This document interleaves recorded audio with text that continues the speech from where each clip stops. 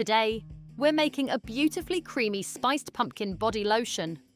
Perfect for autumn, with a warm seasonal fragrance and a lovely moisturizing feel on the skin. We'll start by adding 147 grams distilled water and 6 grams vegetable glycerin to a clean, heat-resistant bowl. Heat up to approximately 70 to 75 degrees Celsius.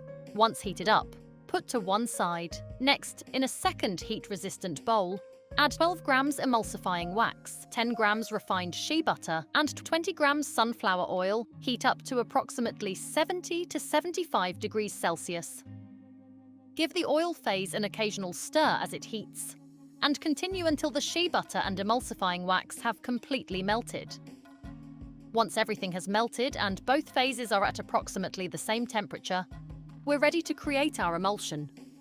Slowly pour the water phase into the oil phase, mixing continuously as you pour.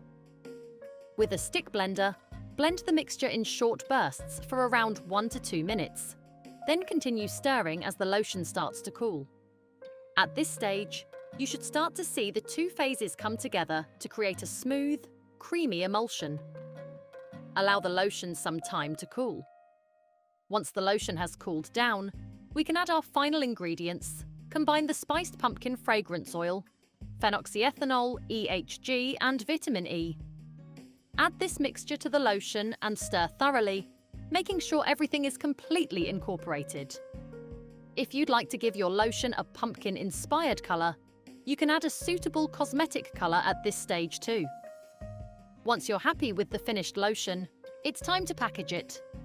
Transfer the lotion into a clean sanitized cosmetic jar or pump bottle. And there we have our finished spiced pumpkin body lotion. If you found this video useful, like and subscribe for more autumn-inspired recipes.